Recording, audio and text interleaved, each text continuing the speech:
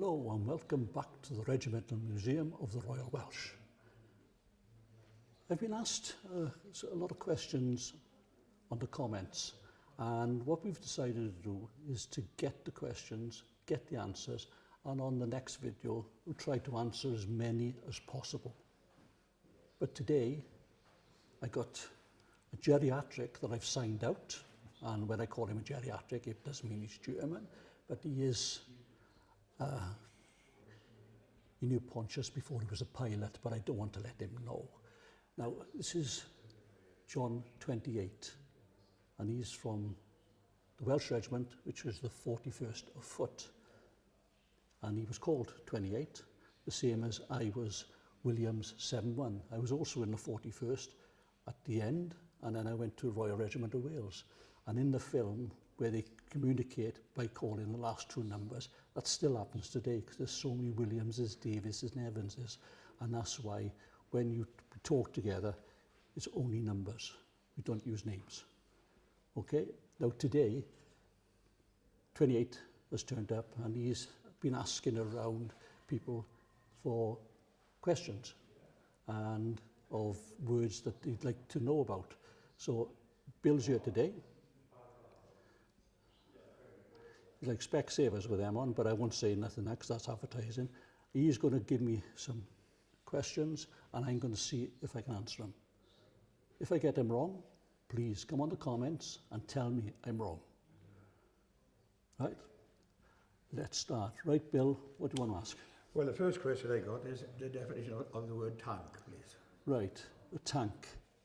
In the First World War, when you were making these containers, people wanted to know what they were making and why they were making them. And the MOD, or the War Department at that time, wanted a container that could have someone in it that could advance and be protected. So they wrote on the side of them, water tanks for the USSR. And everybody thought that they were water tanks. And he went from one factory to the other and he got made up until he ended up as the tank. Today it's still called that, and that's the simple reason why. No one else could think of a word that could mean what it was. It was a tank. And the further question I have for you is sniper. Sniper. Now, like most officers I've served with, they don't work much. They let all the other ranks work and they go off and they play around and polo and stuff like this. And a part of the thing, what they used to do, was go out and there was a little bird, because they only pick on things smaller than them, and it was called a snipe. And the ones that fired at them and hit them most was the sniper, because he was a good shot. And the word got incorporated into the military, and the best shot was the sniper. So basically the word sniper comes from a bird called a snipe. Simple again. And a further one I've run is shrapnel, please. Now shrapnel is very interesting because the word shrapnel comes from 1784, and there was a very devious officer. I call him devious because he was thinking outside the box, and he invented a round. He was a member of the Royal Artillery, that when it was fired would explode in the air at a certain point and a certain range. And this gentleman's name was Henry Shrapnel, Royal Artillery, and the round was named after him. And it's still named today. And the shrapnel is the little ball bearings or the container that comes down and decimates anything underneath it. Simple? I think so. Having a chat, Alan. That's what we are now. Exactly. We're having a chat. Well, in the old days, when you used to keep your clothes on, you had things like body lice and knits and stuff like this. And the name in India for a lice was a chatin.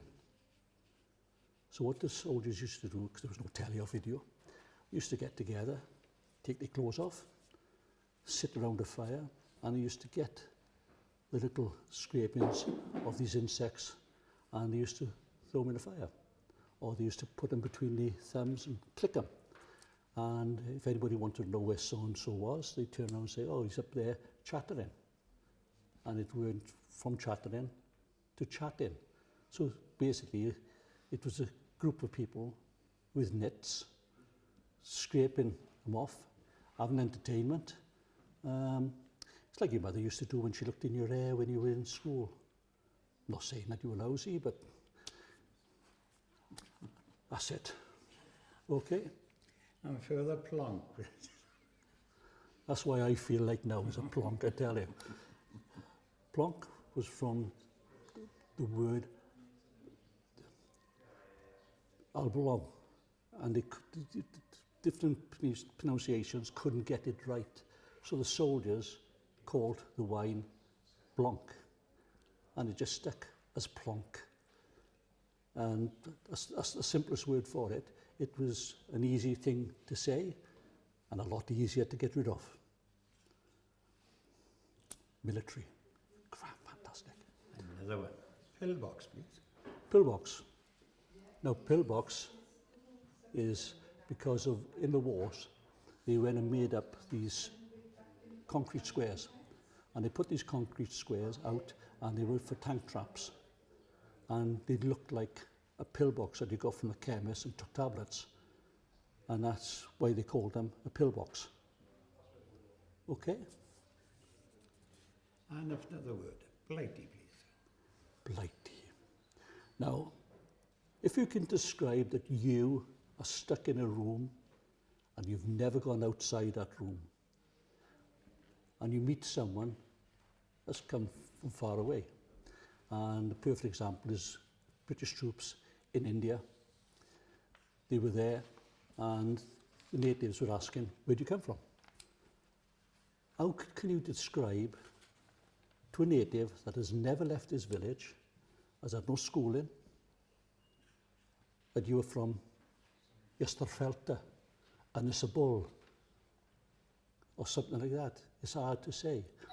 So there's a word in the Indian language, it's called blitti. I hope I'm pronouncing that right. Blitti. And the soldiers used to say when they were asked, where do you come from? Blitti. But because of the Welsh, English, Irish, Scotch, all different nationalities, even from the Commonwealth, the word ended up as blighty. And that's all the word means, is far away. But I don't know if they realised in the First World War when they were singing, I'm from dear old Blighty, they were singing from, I'm from dear old far away. Mind you, some of the boys I served with their voices, I wish they were far away. But that's another story. And a further one, yes, I have another two, matter of fact. Bumf. Bumf. Bumf today is the same as it was in the old days. A load of bumf is a load of paper that is useless. But in the army, so much paper is used, they had to cut down forests to get it out. And they didn't want it. So what it was used for was bum paper. And it was called bumf. And that's all it was used for. It was to wipe the backsides. And it's still called bumf today. I get sick of papers as well. And a further word and last is deco, please. Deco. Deco, again, is an Indian word, and what it means is to go and have a look. And instead of saying, I'll go and have a look over the mountain, or I will go and have a look what's happening downtown, it's, I'll have a deco. And that covers the whole of the explanation of the word, and you know exactly where the person is going, what he's doing, and why he's doing it, because he's having a deco to see and have a look around. And that's about the story of that one. Have you got any more? That is the final that one. Thank you very much. Well, I'd like to face on this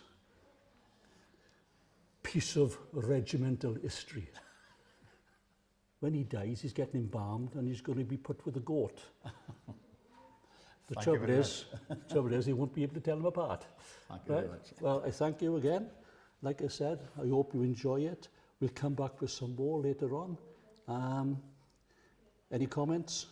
Put them on there. We'll try and get as many answers next time.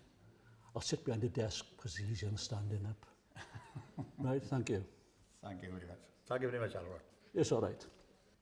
Now, something I'm going to inform you is in Brecon. It'll be the 140th anniversary of the Zulu Wars. The weekend of 19, 20, 21st of July is the celebration. And we got reenactors dressed in their kit. And if they're exactly the same as last year, the ladies will come dressed in their kit from that period, the Zulu Wars, 1879. But they'll also have beat and retreat. They'll have other things on in the camp, the barracks in Brecon. And there's a 4-letter word that I love. It's called free. And it's all free. But if you want to fetch some sweets for me, I'll be quite happy to eat them because I don't care. Thank you very much. But if you keep in touch with the museum, they will tell you what's happening, when it's happening, and how it's happening. And I will also try to get some more information to get onto you. But the important thing is the Zulu King is visiting. So it'll be a great day for everybody. And I hope you come. And when you come in, I hope you come into the museum. And I hope you spread it around at what the museum's like. And I'm here every Saturday from now until the end of September. I'm not here on the 22nd, so don't bother coming that day. Right? I'll speak to you later. Thank you very much. Bye. Okay. You okay now? Yeah, was that all right? Yeah, you happy with that, yeah? Right, no, you're the director. Ready for? Oh, ready for you? What? You've balming fluid, tea.